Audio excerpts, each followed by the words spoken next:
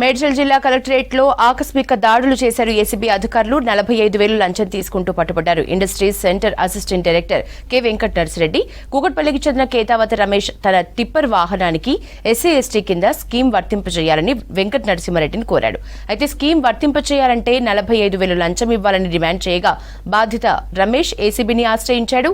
దీంతో పక్కా ప్లాన్ ప్రకారం నిందితుడు లంచం తీసుకుంటుండగా దాడులు చేసి రెడ్ హ్యాండెడ్ గా పట్టుకున్నారు ఏసీబీ అధికారులు. రమేష్ గారు అని చెప్పేసి ఒకతను ఇక్కడ కుకట్పల్లి ఏరియాలో ఉంటారు. ఆయన ఒక టిప్పర్ వెహికల్ ని కొన్నారు. దాదాపు ఒక 53 లక్షల రూపాయలు అవుతుంది. అయితే ఆయన ఇప్పుడు మనకు ఒక టీ ప్రైడ్ అనే ఒక స్కీమ్ ఉంది తెలంగాణది.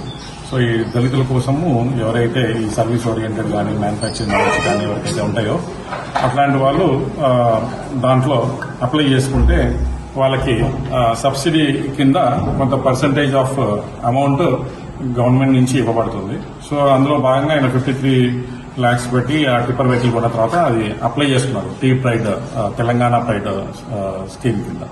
సో అది అప్లై చేసుకున్నప్పుడు ఆయనకి దాదాపు ఒక 23 lakhs చిల్లర ఆయనకి సబ్సిడీ కింద వస్తుందన్నమాట.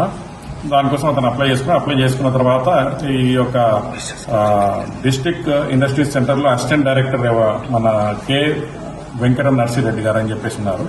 ఈయనకి ఏంటంటే ఇన్స్పెక్షన్ చేయడానికి అని చెప్పేసి పైనుంచి ఉత్తర్వులు ఇచ్చారు ఆయన అప్లై చేసుకోవడానికి.